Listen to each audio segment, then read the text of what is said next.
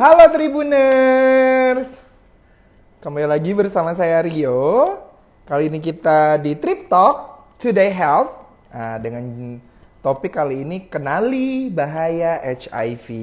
Nah, masih bersama dengan dokter kesayangan kita, Dokter Erik dan Dokter Joy. Kita masih menunggu partisipasi dari Dokter Erik dan Dokter Joy untuk bergabung bersama kita. Iya. Apakah sudah hadir? Halo semuanya. Apa kabar? Oh, sudah ada Dokter Joy. Kita coba mengundang Dokter Joy ya. Sudah lama sekali nih kita nggak ngobrol-ngobrol nih. Kali ini spesial topiknya tentang HIV. Halo. Halo Mas Rio, apa kabar Selamat Mas? sore. Kabar baik. Apa kabar juga, Dok? Banget Mas Rio. Hai Dokter Erik. Hai. Seneng deh kayak hai gitu ya Ayo Mas, kan? lama ketemu Mas. Hai. Wow, dua-duanya rambut baru, looking fresh, you know. Ayo. Oh, thank you, thank you. Mas, Gimana? sadar aja. Iya dong, kan ini kan setelah berapa kali purnama kita tidak berjumpa. Oke. Orang tua bisa gaya juga lah Mas, nggak apa-apa lah. Oh, baiklah orang tua. Bagaimana aktivitas lancar di rumah sakit? Lancar. Lancar. Lancar ya. Nah, kali ini kan seperti yang saya sampaikan di awal tadi, topik kita kali ini cukup seru nih. Wah, ini karena tentang kenali bahaya HIV. Karena juga ini ya, sedikit berkaitan, walaupun agak jauh, tapi sepertinya di hari ini itu ada dua berita tentang prostitusi. Yang pertama ada artis yang kena tangkap, katanya hotelnya itu dicurigai ada aktivitas prostitusi. Dan juga ada orang Indonesia yang melakukan film dewasa gitu di salah satu channeling untuk film-film dewasa. Jadi ini kan berkaitan nih dengan topik kita tentang kenali bahaya HIV, karena kan biasanya kalau orang awam itu sudut pandangnya adalah ketika berbicara tentang HIV ini terkait dengan aktivitas seksual. Nah, begitu dok. Nah, tapi untuk kita mulai diskusi kita kali ini, boleh dijelaskan sedikit. Jadi sebenarnya HIV itu sendiri apa dok? Atau HIV ya? HIV nih Tribuners. Oke. Saya dulu ya, Dokter Erik ya. Nah, Apa dulu ya? Dokter Dokter Erik Joy. apa Dokter Joy nih? Kerjain Oke. ya. Jadi HIV itu masih kepanjangannya itu adalah Human Immunodeficiency Virus. Jadi dia Oke. adalah sesuai namanya aja ya, human, manusia, immunodeficiency itu menurunkan imun ya, semacam menurunkan imun. Jadi dia adalah virus yang menyebabkan penurunan sistem imun ataupun fungsi imun pada manusia. Oke. Nanti ada lagi namanya yang apa sih, AIDS ya kan? Yang AIDS itu kan emang sering ya kita jumpai HIV garis miring AIDS gitu. Nah, kalau si AIDS itu adalah si acquired immunodeficiency syndrome gitu. Jadi kalau penyakit juga, tapi dia ada stage terakhir dari si infeksi HIV itu gitu. Jadi yang kan stage HIV kan ada 0, 1, 2, 3. Yang AIDS itu kayak stadium terakhirnya lah gitu ya. Nah, kalau si AIDS itu stadium terakhirnya lah, di mana udah ada gejala dari si infeksi HIV ini. Oke. Oh, jadi kalau HIV ini masih virusnya, sedangkan kalau AIDS ini udah gejala-gejala penyakitnya ya dok ya? Ya, jadi Singkatnya kan ya. Nah, jadi HIV itu sebenarnya virus, nama juga. Kalau kita kenal kan coronavirus, itu nama. HIV, Human Immunodeficiency Virus, itu nama juga. Nah, infeksi itulah yang bikin penyakit di manusia. Oke, nah kalau dokter Erik bisa menambahkan kalau efek virus HIV ini yang tadi disebutkan oleh dokter Joy ke tubuh kita sendiri itu seperti apa? Oh ya, jadi kalau efeknya sih itu ya sudah sebagian besar dijelaskan sama Dokter Joy. Sesuai namanya ya, Human Immunodeficiency Virus kan. Jadi ya dia intinya dia menurunkan kerja sistem imun tubuh kita juga gitu. Jadi maksudnya menurunkan respon gitu. Jadi misalnya kayak ini misalnya di dalam sebuah rumah tuh ada satpamnya gitu. Nah, kan normalnya kan misalnya kalau satpamnya lihat penjahat kan ya pasti kalau lihat orang mencurigakan pasti dijagain dong, ditanyain gitu. Ini kamu nih siapa gitu. Kalau misalnya dia jahat diusir gitu kan. Nah, kalau pada HIV ini lain karena satpamnya tuh udah kena virus, dia kan jadi lemah gitu. Sistem pertahanan tubuh jadi lemah, agak longgar gitu. Jadi misalnya kalau ada penyakit ya kita anggap sebagai penjahat itu dia datang. Nah, itu bisa ya nggak dilarang karena satpamnya kan lagi teler gitu karena virusnya gitu ngomong Oke. kasar. Eh, efek bagi tubuh tentu saja berbahaya karena ini membuat penyakit tuh lebih rawan terkena berbagai macam penyakit, ya, terutama penyakit infeksi ya dok ya. Nah, seperti itu. Oke, nah itu ya tadi ya Tribuners, kalau kita tadi bahas di awal itu tentang definisi HIV sendiri itulah Human Immunodeficiency Virus. Jadi dia itu kayak melemahkan sistem imun tubuh kita gitu virusnya. Nah tadi dijelaskan lagi oleh Dokter Joy juga nanti kalau dia sudah berkembang itu virusnya itu akan menjadi kumpulan gejala penyakit yang namanya AIDS. Efeknya di Betul. tubuh kita adalah sistem imun kita jadinya rendah gitu. Jadi yang tadinya kita misalnya memang sudah punya penyakit akan lebih sulit sembuh, apalagi kalau kita yang tadinya awalnya mungkin sehat tapi terkena virus ini, jadinya kita akan lebih mudah atau lebih gampang terserang penyakit gitu. Benarkah? Benar. Nah, kalau selanjutnya ini kenapa seberbahaya apa sih? Kalau tadi kan kita bicara tentang efeknya tadi kan mengurangi sistem kekebalan tubuh. Tapi kalau kita bicara tentang bahaya nih, kan kita juga sekarang kembali lagi kita juga masih berjuang nih melawan virus baru ya COVID-19. Kan ini juga virus gitu, tapi yang bikin beda antara HIV ini sendiri tuh tingkat bahayanya sendiri tuh seperti apa, Dokter Erik atau Dokter Joy? Oke, bahayanya kenapa? Jadi gini ya, si virus HIV itu sebenarnya pinter ya, hebat juga ya, si virus ini hebat ya. Jadi dia tuh kayak mata-mata gitu ya, kalau bisa dibilang tuh kayak mata-mata. Jadi kalau misalnya dibilang tadi menyerang sistem imun, ya sebenarnya banyak juga penyakit-penyakit lain yang juga menyerang sistem imun. Gitu. Tapi bedanya si HIV ini, dia menyerang sistem imunnya kayak, menyerangnya tuh yang sistem imun yang tingkatnya tinggi, yang kalau di perang gitu kan ada tentara-tentara yang garis depan, nah itu yang biasa aja gitu. Lalu ada kolonelnya, anggap aja kolonelnya lah gitu. Nah dia tuh menyerangnya langsung gitu. Nah itu yang semacam virus sel-sel yang tingkat tinggi, sel T, sistem imun yang tingkat tinggi gitu. Nah otomatis nanti selnya udah diserang, jumlah sel-selnya imunnya semakin berkurang, nah otomatis kan sistem imun kita akan makin lama makin turun gitu ya. Nanti makin tubuh kita itu makin menderita, bukan kita, maksudnya menderita itu bakalan kayak makin lama makin lemah, makin tak berdaya gitu ya, kayak abis diputusin lalu di ghosting. Nah itu kan kayak gitu, itu kan.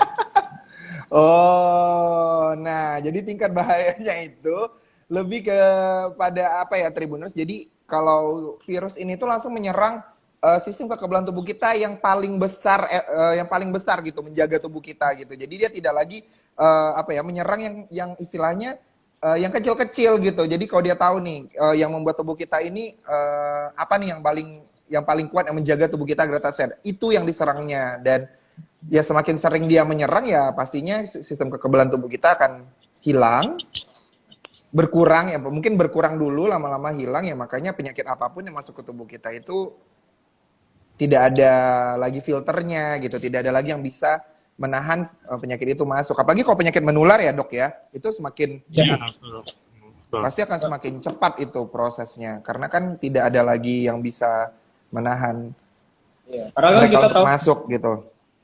Sistem ya, imun itu gimana dok? Untuk misal melawan terhadap misal kita sehari-hari itu nggak sakit aja gitu, misal udara yang kita hirup kan kumannya banyak, ada virus, ada bakteri gitu ya.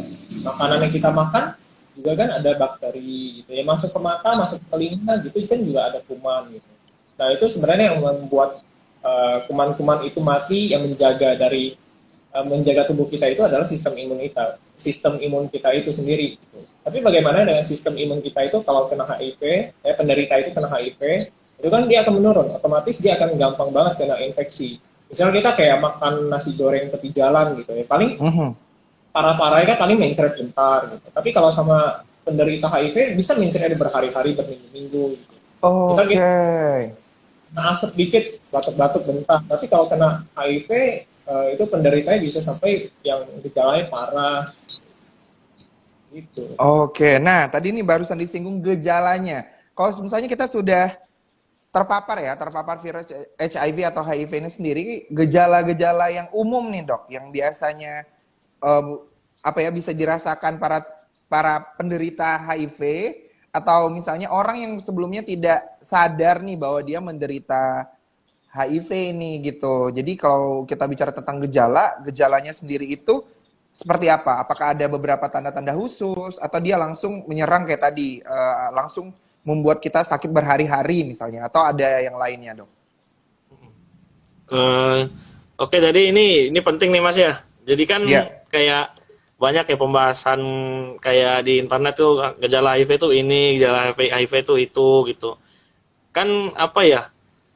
Penyakit HIV ini emang unik gitu. Maksudnya kadang-kadang orang tuh kan kayak suka mengait-ngaitkan ya, misalnya kayak sakit kepala dengan HIV misalnya, atau ya macam-macam kan. Nah, tapi sebenarnya ya Mas, seringnya ya HIV itu pada fase awal, maksudnya ketika baru terinfeksi itu bahkan tidak ada gejalanya gitu. Bisa tidak ada gejala bahkan. Tapi kalau misalnya memang ya Iya, enggak, wow. Berarti ada yang tidak ada gejala. Lanjut dok. ya, iya. Sorry, saya kira tadi ada apa. Jadi memang memang bisa tidak ada gejala gitu. Nah, tapi memang ada juga gejala-gejala ya seperti infeksi biasa gitu, seperti flu biasa gitu, misalnya demam. Nah, tapi ada juga yang memang menceritakan pengalaman, misalnya kayak pasiennya cerita dia tuh seperti mengalami flu yang paling buruk lah dalam hidupnya gitu. Maksudnya tuh kayak ada julukannya itu worst flu ever ya katanya. Nah, itu tuh jadi gejala demam, terus bisa keringat dingin, terus bisa tiba-tiba ada gangguan pencernaan juga gitu. Nah, tapi biasanya sih kalau pada stadium awal HIV yang paling sering ditemukan salah satunya adalah pembengkakan kelenjar getah bening ya di leher ya. Jadi nanti di lehernya tuh bisa ada kayak benjolan gitu, entah bisa di belakang, bisa sih di leher seringnya kayaknya di belakangnya atau di sininya. Nah, itu dan sifatnya itu nggak kempes-kempes Mas. Jadi itu kayak nggak kayak bapau sih. Kayak apa ya? Ya lebih kecil dari bapau lah, bapau mini lah, kayak segini gitu. Jadi itu dan bisa kelihatan gitu kalau diperiksaan gitu. Nah, jadi ya kalau yang ditanya gejala yang nampak itu salah satunya tadi pembengkakan kelenjar getah bening itu sangat sering ditemukan pada penderita HIV kalau di gejala awalnya. Oh, oke. Jadi ada beberapa yang tadi memberikan testimoni bahkan tidak ada gejala. Ada juga gejala tadi yang flu berhari-hari. Kalau tadi itu the worst flu ever ya. Maksudnya kayak itu flu terburuk. Dan sekarang kalau misalnya flu agak jadi bias ya. Bisa jadi itu bisa jadi itu HIV, bisa jadi juga itu COVID, bisa jadi juga itu cuma flu biasa. Jadi harus tetap mengkonsultasikan kondisi Tribuners semuanya ke rumah sakit. Dan terakhirnya tadi itu ada pembengkakan di daerah leher itu bengkaknya kelenjar getah bening tadi ya. Iya, betul. Dan itu yang bisa dirasakan karena dia akan muncul gitu nih di sekitar leher, dan juga mungkin biasanya juga ada di bagian belakang ya tadi ya dok ya. Iya, di belakang juga bisa, di sekitar, pokoknya di area ada kelenjar getah bening kan banyak di leher dia, ada banyak di sini dia. Iya. Kalau misalnya nih dok, ketika pasien nih atau penderita HIV ini sudah mulai mendapatkan, karena kan kalau kita bicara tentang kelenjar getah bening ini kan ada beberapa memang kasus-kasus yang biasanya kita saksikan di televisi, baik itu dialami oleh public figure ataupun misalnya kalangan terdekat kita itu kan ada yang biasa mengeluhkan bahwa dia ada penyakit pembengkakan kelenjar getah bening gitu. Apakah itu memang sudah pasti HIV atau misalnya pembengkakan ini ada indikasi penyakit lain? Oke, kalau pembengkakan kelenjar getah bening itu sebenarnya nggak cuma punya HIV. Jadi kalau misalnya yang tuberkulosis ya, ataupun kalau misalnya orang infeksi ada di sekitaran di wajah gitu ya, misalnya bengkaknya di sini, ada infeksi di sini, ini juga bisa bikin pembengkakan kelenjar getah bening. Jadi sebenarnya untuk mendiagnosis HIV itu sebenarnya nggak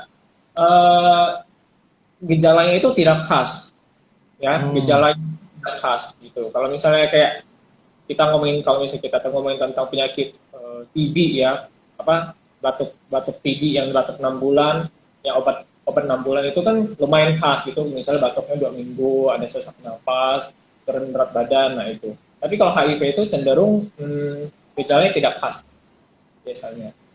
Dan dia Oh, oke. ya dia sering kalinya kita curigai, oh ini kayak HIV deh. Ketika dia gampang banget sakitnya. Misalnya dia tiap tiap berapa minggu berobat ke dokter gitu, ataupun kok kayak ini anaknya lemah banget, ini kok orang-orangnya kok lemah banget, dikit ke dokter, dikit-dikit sakit, dikit-dikit sesak, dikit-dikit infeksi. Nah ini harus curiga gitu. Oh, jadi apa ya? Intensitas rasa sakit yang ditimbulkan dari kelenjar getah benihnya ini cukup dominan. Bisa dikatakan gitu ya, Dok ya, sehingga dia harus mendapatkan keluhan yang sering gitu dan harus berkunjung ke rumah sakit atas keluhan yang mungkin sama tapi terus-menerus gitu ya. Nah, begitu tadi. Tapi tadi kalau kita bicara tentang pembengkakan kelenjar getah bening sendiri itu tidak hanya terjadi pada penderita HIV gitu. Tapi khusus untuk penderita HIV itu rasa sakitnya tuh lebih continuous gitu, lebih terus-menerus gitu. Nah, Yes. begitu. Orang Iya, iya. ininya apa sih, perbedaan gejala pada orang yang satu dengan orang lain juga sebenarnya sangat berbeda ya. Kadang-kadang bisa berbeda karena tergantung dari berapa sih jumlah virusnya gitu, jumlah virusnya berapa banyak, lalu seberapa Oke. tahannya si sistem imun ini diserang. Kalau orang yang misalnya sistem imunnya baik, mungkin dia akan baru bergejala mungkin 10 tahun ke depan atau 5 tahun Oke. bisa. Tapi kalau misalnya orangnya memang misalnya gizinya buruk gitu ya, mungkin sekali kena beberapa hari udah bisa langsung timbul gejala, itu juga bisa. Oke, Kak, jadi Sangat kembali berfaktor. lagi ke ketahanan diri ya, Dok ya. Jadi kayak misalnya gaya hidupnya sehat nih. Gaya hidupnya atau misalnya asupan gizinya cukup, ya berarti daya tahan tubuhnya pasti lebih total gitu menjaga kondisi tubuhnya itu sendiri gitu ya, Dok ya. Oke, seperti itu. Nah, kalau kita bicara tentang HIV ini sendiri kan banyak yang berasumsi juga bahwa HIV ini atau HIV ini sendiri kan menular ya, karena kan virus. Gitu. Mm-mm. Kan seperti yang kita sekarang hadapi pandemi COVID-19 ini kan juga virus dan menular gitu. Nah, kalau untuk HIV sendiri itu bagaimana cara menularnya, Dok? Apakah ada dengan kontak fisik? Karena kan kita sempat bahas apa ya waktu itu ya yang kontak fisik itu yang SKBS ya. Iya, iya, Iya, iya. betul. Iya kan itu kan ada kontak fisik. Terus apakah kalau misalnya HIV sendiri itu ada nggak nih apa ya cara penularan yang khusus gitu dari HIV? Gimana Dokter Erik? Oh ya, kalau maaf ini jaringan saya ini agak mabuk-mabuk nih. Belum bayar paket kali. Iya, jadi oke, jadi tadi penularannya ya, Mas ya. Nah, Iya. ini penularannya ini benar-benar harus kita luruskan dulu nih. Benar-benar ini, ini yang paling penting nih sebenarnya menurut saya. Dari HIV ini, HIV ini benar-benar ini penularannya paling penting nih. Karena selama ini tuh saya tuh udah apa ya, kayak udah lelah gitu dengan stigma orang kalau orang pasien HIV itu harus dijauhi gitu, kayak nggak boleh disentuh lah, kayak wabah lah. Kayak seakan-akan kalau orang tuh dekat pasien HIV atau dia menyentuh tuh kayak bisa mati gitu. Ini benar-benar penting nih. Jadi gini ya, perlu diluruskan lagi bahwa penularan HIV itu yang pertama adalah lewat darah. Nah, maksudnya lewat darah itu maksudnya kayak misalnya ada cairan darah, misalnya cairan darah penderita ini terpapar ke orang gitu misal, dan itu pun jika pun terpapar nggak pasti kena juga. Kalau kan kita masih ada kulit nih, maksudnya kita kan manusia ada kulit ya. Bukan kayak ayam KFC yang dada mentok kan tuh nggak ada kulitnya. Nah jadi tuh kalau misalnya sekiranya kena paparan darah penderita HIV pun belum tentu kena. Dia kan harus masuk ke dalam lagi kan gitu. Nah jadi memang salah satu penularan darah. Nah, yang paling sering itu kan sekarang itu ya jarum suntik ya.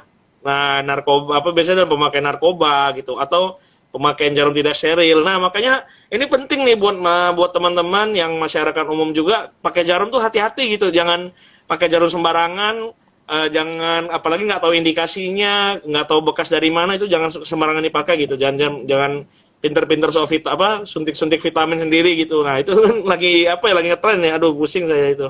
Nah jadi terus selain dari darah, terus saja jadi cairan seksual ya ngomongnya, yang bahasa halusnya ya dokter Jo ya, cairan seksual ya, dari apa sperma, dari apa itu air mania dari vagina juga bisa gitu. Nah itu tuh bisa. Nah tapi penularannya gimana? Apakah apa misalnya terpapar langsung kena? Tentu saya tidak kan, makanya saya tadi bilang tadi ada kulit lagi, makanya bisa apa ya, kulit itu bisa melindungi kita lah istilahnya gitu. Nah kecuali kan gini, misalnya kalau dalam berhubungan, misalnya cowoknya itu ya itu apa tidak pakai pelindung, cowok ini ada HIV kan, nah dia keluar apa mengeluarkan sperma di dalam gitu. Nah itu kan itulah jadi sumber penularan gitu, karena kan sperma itu membawa virus HIV. Dan sebaliknya Oh, misalnya cowoknya sehat tapi ceweknya ada HIV kan, cairan waktu dia sedang berhubungan itu kan ada juga cairannya. Nah ya. itu tuh bisa juga menular ke cowoknya sebaliknya gitu. Terus Oke. ada lagi tambahan dokter. Ah, Ada tambahan dokter Joy dokter ada Joy? tambahan? Atau kita mau ini sedikit berdiskusi dengan para tribuners yang sudah bergabung bersama kita nih, kayaknya sudah, karena ini HIV kayaknya agak antusiasnya tinggi nih. Terima kasih tadi dokter Erik penjelasannya tadi. Kontak fisik itu Hmm, eh, walaupun ada, dia harusnya ada kontak darah tadi, ada kontak seksual, dan itu juga jika misalnya tadi ada cairan-cairan seksual yang bertukar ya dok ya, di dalam tubuh kita gitu ya, yang masuk ke dalam tubuh kita gitu. Jadi memang tidak semudah itu gitu, dan yang paling sering nah, hmm, apa ya, yang paling sering ditemukan kasusnya adalah dari jarum suntik. Jadinya makanya untuk para tribuners yang punya aktivitas untuk menyuntikkan baik itu cairan ataupun misalnya vitamin, itu sebaiknya memang pergilah ke dokter yang mempunyai kapasitas untuk melakukan itu ya dok ya. Jadi dipastikan jarumnya itu sendiri steril gitu, karena kita tidak pernah tahu jarum itu bekas dipakai siapa gitu. Dan juga ini sangat disayangkan juga ternyata untuk teman-teman betul. yang mengkonsumsi narkoba ini juga sering ditemukan karena mungkin ada pergantian ya, bergantian menggunakan jarum suntik gitu. Kalau misalnya menggunakan narkoba jarum suntik, dan sebaiknya jangan memakai narkoba, jangan juga memakai jarum narkoba suntik, dan jangan juga melakukan seks bebas, udah itu ya. Kalau buat teman-teman yang mungkin sekarang lagi struggle Betul. untuk misalnya punya aktivitas yang beresiko, ini yang menyaksikan Tribuners sebaiknya segera meninggalkan aktivitas-aktivitas tersebut. Baiklah, kita akan mencoba bergabung dulu dengan Tribuners. Ini ada pertanyaan tentang apa bedanya antara HIV dan AIDS. Ini tadi kita udah bahas di awal, nanti kita mungkin akan kita ulas lagi nanti di akhir. Kalau untuk protokol layanan HIV selama pandemi sendiri nih dok, yang misalnya kalau yang bisa dilihat untuk di layanan kesehatan sendiri, ini untuk pelayanan HIV sendiri seperti apa dok? Pelayanan yang dimaksud dari pelayanan HIV itu seperti apa ya? Mungkin masih Mungkin ada. konsultasi, mungkin dalam pengambilan obat, atau misalnya yang sedang menderita, kan biasanya teman-teman kan harus ini ya. Nanti kita akan bahas itu untuk pengobatan, tapi mungkin layanan untuk mendapatkan akses layanan kesehatan aja sih dok, untuk teman-teman penderita HIV. Kalau untuk mendapatkan layanan untuk pengobatan HIV sebenarnya sih sama persis ya, sama aja dengan misalnya kita berobat ke dokter praktek biasa gitu Hmm. ya. Aja misalnya kayak pakai masker, mencuci tangan yang 5M itulah ya, pakai masker, cuci tangan, kerumunan dan lain-lain itu. Sebenarnya sih sama aja, nggak ada perubahan yang signifikan sih. Ya sama kayak berobat ke dokter biasa. Oke, jadi intinya adalah ketika memang ingin berkonsultasi, mau penyakitnya apapun, tetap mematuhi protokol kesehatan gitu. Nah ini dok, ada Betul. dari akun selanjutnya bertanya, apakah orang yang terdiagnosis HIV masih boleh berhubungan badan dengan pasangan yang negatif HIV? Wah, ini pertanyaannya menarik nih. Orang yang Oh terpapar iya iya. positif HIV, apakah masih boleh berhubungan seksual mungkin ya, berhubungan badan dengan pasangan yang negatif HIV gitu? Oke, kalau yang Gimana ini dok? mana? Dokter Erik mau jawab nggak dok? Oh iya iya iya ya udah gantian ya. Ya jadi ini pertanyaan yang ini ya sangat penting ya, karena kan apa ya, berhubungan itu kebutuhan ya. kayak apa nggak, kalau suami istri nggak berhubungan tuh kan kayak nggak lengkap gitu ya nggak sih, itu kan dalam apa ya, memang salah satu penunjang keharmonisan keluarga lah gitu. Nah sekarang pertanyaan sekarang gimana kalau salah satu pasangannya ya, entah dia berbuat nakal lah atau dia bagaimana ya, tertular gitu HIV, atau mungkin bisa jadi ya misalnya ada tenaga medis ya dia nggak sengaja kena jarum gitu kan, bisa aja kecelakaan kerja kan, Iya. bisa aja ya. Nah oke, jadi jawabannya ini sebenarnya masih boleh. Nah nih bayangkan nih, jadi ini perlu diluruskan lagi nih, bahkan berhubungan badannya masih boleh loh, jadi masa sentuhan kulit aja nggak boleh kan gitu. Nah, jadi ini tapi ada syaratnya. Nah ini ada syaratnya nih. Oke, syarat pertama yang paling aman itu pakai kontrasepsi. Ya. Maksudnya ya yang misalnya kan ada kondom ya. Nah itu kalau cowoknya pakai lebih paling aman supaya nggak saling apa misalnya nggak saling pingpong ya, nggak saling menularkan ya, cowoknya pakai kondom misalnya. Atau juga ada kondom buat cewek kan ya. Cuman mungkin kondom buat cewek kurang terkenal ya. Biasanya kondom buat cowok ya. Ya yang biasa banyak di apa iklan-iklan TV itu yang kita kira nugget gitu kan, ternyata namanya nugget Fiesta tapi ternyata itu bukan nugget ya. Nah, itu kan lebih lebih banyak promosinya ya. Ya. Nah, itu salah satu cara yang aman. Oke, ada opsi kedua lagi. Opsi pertama tadi pakai kontrasepsi. Opsi kedua bisa kalau misalnya penderita HIV-nya rutin minum obat. Nah, ini nih. Kalau penderita HIV-nya rutin minum obat, kan nanti kan dicek lagi tuh dalam apa di darahnya apa virus HIV-nya masih terdeteksi atau enggak. Nah, pengobatan HIV itu bahkan bisa membuat virus HIV itu tidak terdeteksi di dalam darah loh. Jadi itu benar-benar Oh, kayak bukan sembuh ya, cuman undetectable. Jadi itu bahkan di tingkat yang disupres, ditekan sampai benar-benar tidak terdeteksi. Nah itu kan berarti apa ya, bisa bisa berhubungan seksual tanpa alat kontrasepsi. Nah cuman tetap saja ada risikonya, tetap aja ada risikonya. Makanya memang paling aman tetap pakai kontrasepsi sih mas gitu. Nah jadi intinya jawabannya boleh, tapi itu tadi ada dua syarat. Pertama pakai kontrasepsi, yang kedua rutin minum obat, dan ketika diperiksa di aliran darah virus HIV-nya tuh udah sangat kurang gitu, sangat sampai undetectable, sampai tidak terdeteksi, ya itu boleh. Nah, jadi nggak ada oke. masalah sih gitu. Jadi jangan Oke. khawatir ya, tetap bisa disalurkan lah itu apa hobi-hobinya, nggak usah khawatir lah gitu intinya. Jadi untuk pasangan khususnya untuk tribuners yang sudah menikah, jika memang ternyata di salah satu pasangannya ini terdeteksi positif HIV, jadi jangan khawatir, tetap bisa memiliki keturunan karena masih bisa berhubungan seksual, tapi dengan pengawasan dan juga treatment dari dokter ya, dari pihak medis, karena tadi ada angka-angka tertentu dari virus itu sendiri di mana kita diperbolehkan gitu untuk melakukan aktivitas seksual gitu atau hubungan seksual khususnya untuk pasangan yang sudah menikah gitu. Nah ini dok, kita masih masuk lagi ke pertanyaan, ini hoax ya. Pertanyaan seputar hoax nih. Banyak hoax seputar HIV yang perlu diluruskan nih katanya. Misalnya nih, virus HIV dapat ditularkan melalui jarum yang terinfeksi yang ditemukan tertancap di kursi bioskop. Ini sempat viral sekali beberapa tahun belakangan ketika memang apa ya istilahnya aktivitas di bioskop itu semakin meningkat, banyak orang yang memberikan asumsi menemukan jarum di tempat duduk kita menonton film gitu dan tertusuk, dan ada juga yang menyatakan bahwa oh karena itu dia terpapar HIV gitu. Nah ini bagaimana nih dok untuk meluruskan informasi yang mungkin para tribuners atau saya sendiri yang masih awam nih masih mungkin menganggap hal tersebut bisa saja terjadi gitu. Oke, oke. Jadi untuk yang kabar-kabar seperti itu sih sebenarnya gimana ya? Pertama mungkin aku jelasin dari awal aja ya. Jadi ternyata memang benar bahwa sebenarnya si HIV itu dapat menular melalui jarum suntik. Itu benar ya. Jadi misal dari kasih obat, dari pengguna jarum suntik yang misal kayak narkoba ataupun dari transfusi darah, itu benar, itu bisa. Gitu. Cuman apakah si jarum suntik yang ada di kursi bioskop itu dapat menular ya? Jadi kalau misalnya kayak bayangin kalau ada orang habis datang kan gitu, filmnya udah mau mulai gitu, duduk gitu terus ketancap di pantat gitu ya kan.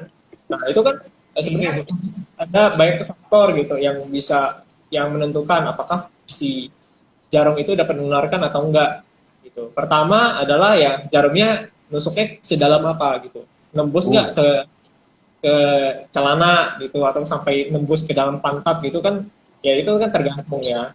Terus Oke. si jarumnya itu ada nggak darah ada nggak darah gitu. Adakah darah yang akhirnya bisa bikin sampai darahnya keluar dari si jarum masuk ke dalam pembuluh darah gitu ya, masuk ke dalam tubuh kita gitu.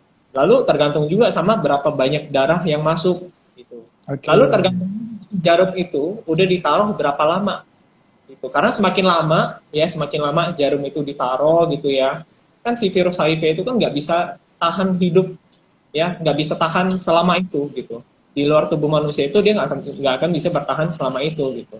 Jadi bisa aja kalau misalnya kena tusuk masuk yang dalam, tapi ternyata si HIV-nya udah mati. Nah itu juga bisa. Gitu. Jadi Oke. sebenarnya ya kalau dibilang bisa, mungkin aja bisa, tapi mungkin chance-nya kecil banget lah ya. Mungkin chance-nya Iya. kecil.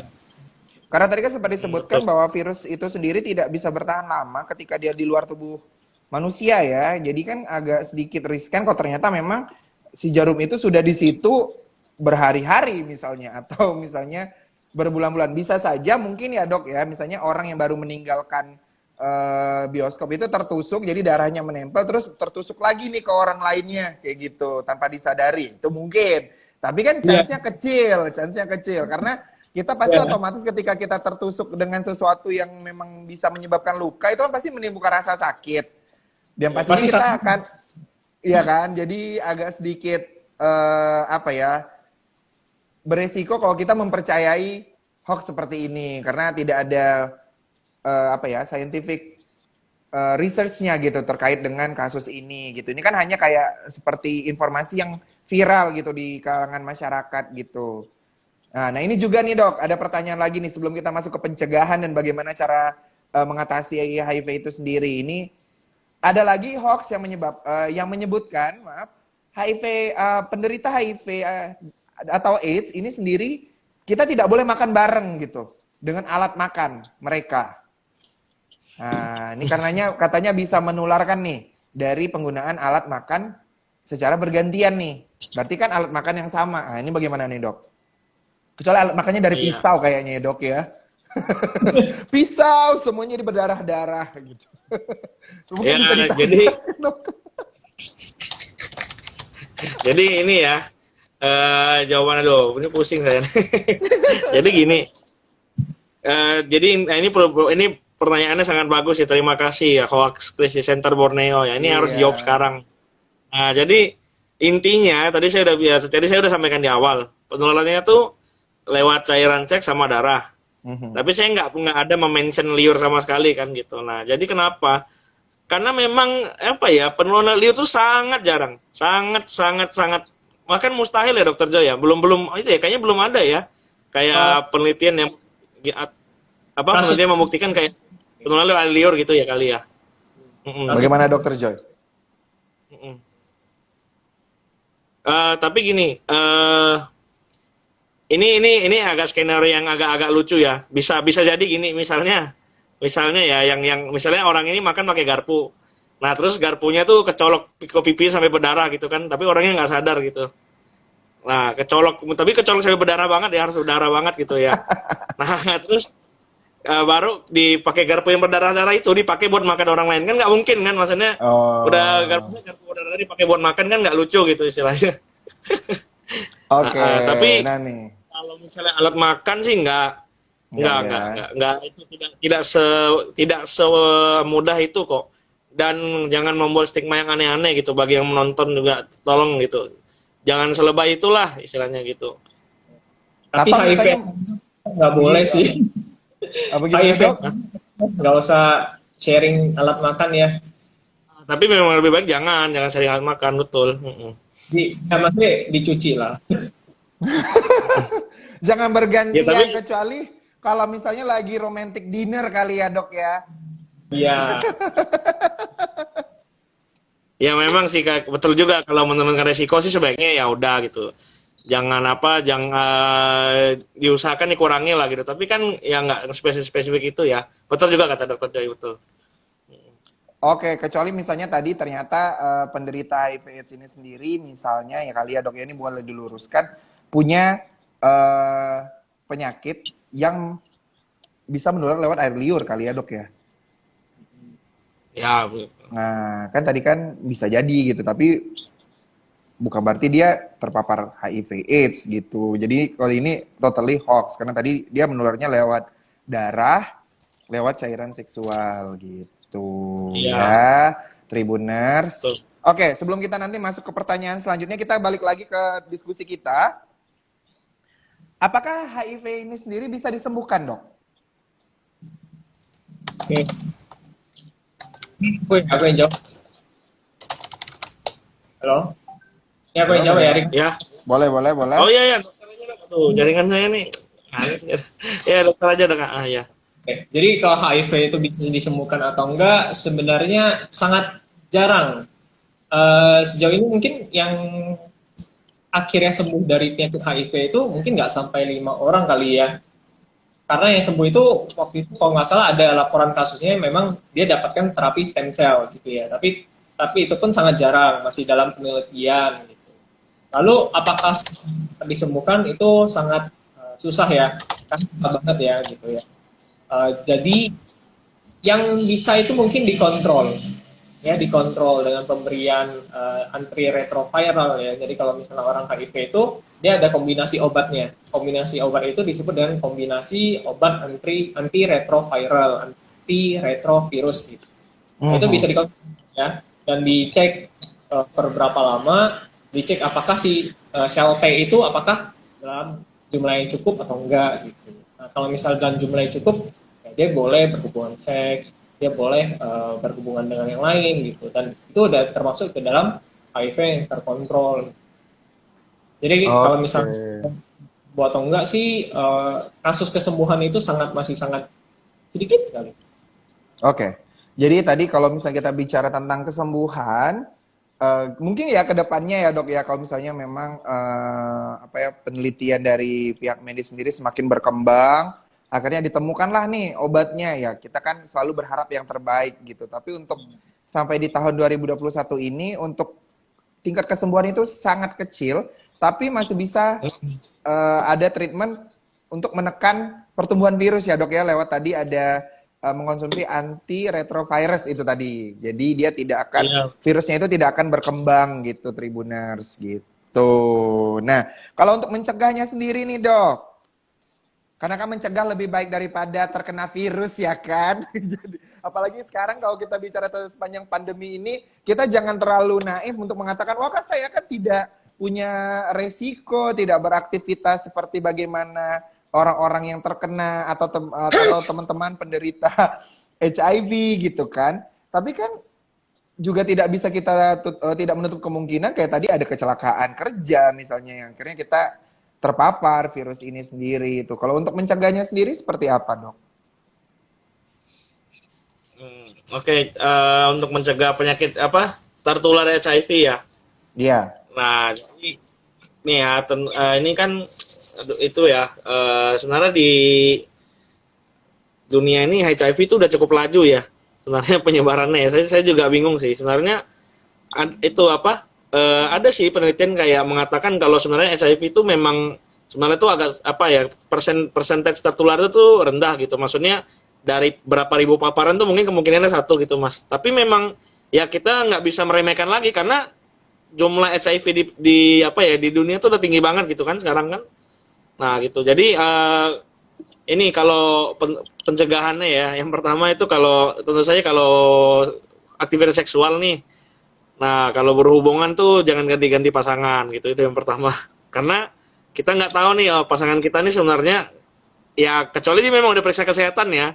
Ya, tapi tolonglah apa berhubung dengan yang pasangan yang benar gitu, dengan istrinya gitu. Jangan dengan pasangan orang lain gitu. Itu kan bisa terjadi pembunuhan nanti. Hati-hati jangan makanya.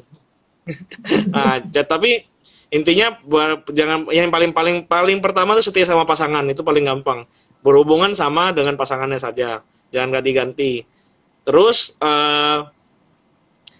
ini buat laki-laki nih, ini buat laki-laki nih. Sunat itu ternyata sangat bagus untuk mencegah HIV loh. Jadi nah, jadi udah ada penelitiannya bahwa sirkumsisi itu sunat itu menurunkan bahkan sampai 50% Anda tertular HIV gitu. Nah, jadi ini kan jadi gini ya, kadang-kadang kan misalnya ini apa di penelitian ini kan kayak misalnya di daerah-daerah tertentu ya di negara Z yang nggak usah disebutkan lah misalnya. Ada di negara Z tuh ya gini, karena kan kadang-kadang edukasi itu kan nggak masuk ya Mas ya dokter Joya, edukasi itu nggak masuk. Jadi udah dibilang jangan berganti-ganti pasangan juga tetap hajar gitu. Nah ujung-ujungnya kan HIV-nya kan tinggi di negara itu ya. Nah gitu. Nah tapi jadi pemerintah ini coba disunat gitu. Maksudnya coba kita apa sirkumsisi orang-orang lokal laki-laki di situ lihat ada nggak penurunan level penularan gitu. Nah ternyata setelah dilakukan sirkumsisi itu benar-benar turun gitu tingkat penularan HIV-nya. Jadi pasien HIV yang baru tuh yang udah disunat tuh udah terbukti dia memang apa ya istilahnya lebih sulit tertular HIV gitu. Dan memang udah ada penjelasannya secara ilmiah ternyata kulit kayak yang kayak tengkoyong itu kulit penis itu yang di bagian depannya itu tuh memang ternyata bisa menjadi tempat masuknya HIV gitu. Nah kan kalau udah dipotong kan dia udah hilang ya, iya kan? Kalau dipotong kan dia hilang ya. Tapi jangan dipotong sampai habis ya, sampai batang-batangnya habis juga, jangan juga. Panjang Nah tapi urusannya kalau ya, harus ada persidangan kalau sampai dipotong-potong sampai iya makanya. Kalau dipotong kulit depannya itu udah aman, maksudnya itu udah lebih aman lah dari HIV gitu. Makanya yang nonton, buat ini jangan ragu-ragu deh buat sunat gitu. Kalau bisa, kalau berani punya anak pun dari kecil disunat gitu, jangan nggak disunat gitu. Itu bagus banget bro. Aduh, dokter jadi tambahan dok. Ada lagi dok untuk mencegah ini unik ya. Ini informasi yang mungkin ya kalau buat saya mewakili Tribuners yang awam, ya kita kan taunya karena itu biasanya tradisi gitu, tradisi dari salah satu agama tertentu ataupun misalnya suku tertentu gitu adanya prosesi penyunatan gitu. Tapi ternyata kalau untuk dari sudut pandang medis juga dan ini sudah terbukti bahwa ini sunat ini juga baik nih Tribuners untuk mencegah penularan HIV. Dokter Joy ada tambahan sebelum kita nanti masuk ke pertanyaan terakhir nih dari Tribuners. Oke. Sebenarnya sih sama aja ya. Kayak yang dokter Erik bilang, intinya ya, kalau misalnya untuk mencegah ya hindari transmisinya. Ya seperti yang misalnya dari tadi yang paling sering itu yang kita tahu itu pasti berhubungan seksual lah gitu ya. Kalau misalnya ternyata aduh nggak bisa banget nih, aduh pacarnya jauh di sana atau istrinya jauh di sana, terus aduh nggak tahan gitu ya. Ya udahlah, maksudnya ini bentuk ya, maksudnya kalau udah nggak bisa tahan ya udah pakai pengaman ya, itu pakai pengaman. Oh iya sama ini juga kalau misalnya ini mungkin untuk pasangan yang laki-laki ya gitu ya, juga harus kalau bisa juga pakai pengaman. Nah kalau misalnya yang pasangan laki-laki sama laki-laki itu kan berhubungan melalui anal dan itu risikonya akan sangat lebih jauh lebih tinggi daripada misalnya dari anal dari vaginal gitu ya, penis ke vaginal gitu, itu jauh lebih tinggi karena memang ya lubang itu bukan untuk keluar masuk gitu ya, itu lubang itu emang diciptakan untuk keluar doang gitu dan otomatis dia akan lebih rentan untuk terkena infeksi si HIV itu sendiri.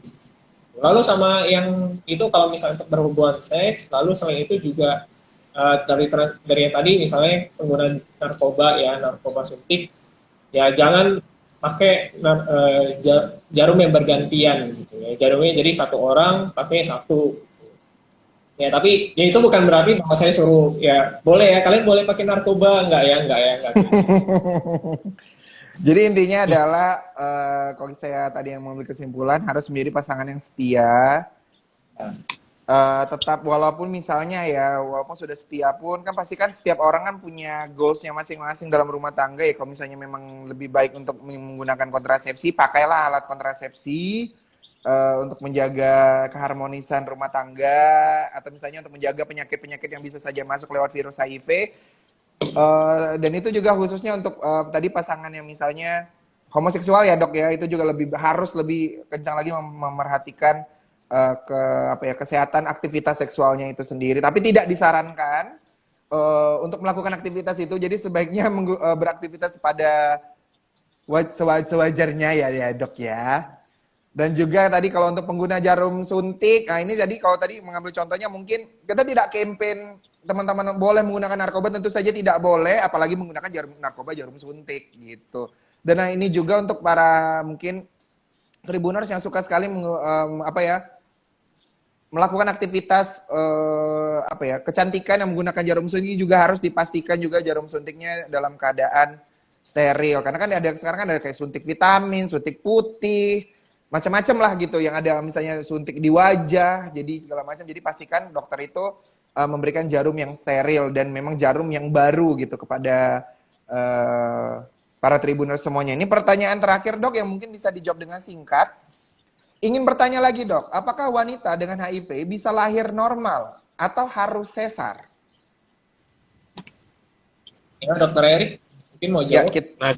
kita masih ada tersisa waktu sedikit, jadi bisa agak sedikit lebih singkat, padat, jelas, terpercaya, iya kan? Lanjut. Oke.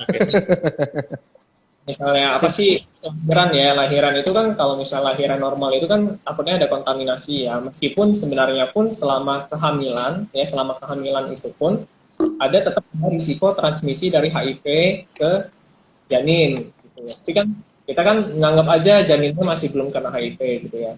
Nah, jadi selama proses lahiran itu ada kemungkinan untuk terkena infeksi karena kan ada kontak darah dan lain-lain, dan itu risiko juga tinggi gitu. Nah, apakah boleh ibu yang positif HIV untuk melahirkan normal? Itu boleh-boleh aja, asalkan viral load-nya itu ya, jumlah virusnya itu rendah, lalu ya terkontrol lah intinya. HIV terkontrol itu boleh, itu boleh-boleh aja gitu. Tapi kalau misalnya ternyata HIV tidak terkontrol ya lebih disarankan untuk melahirkan secara sesar.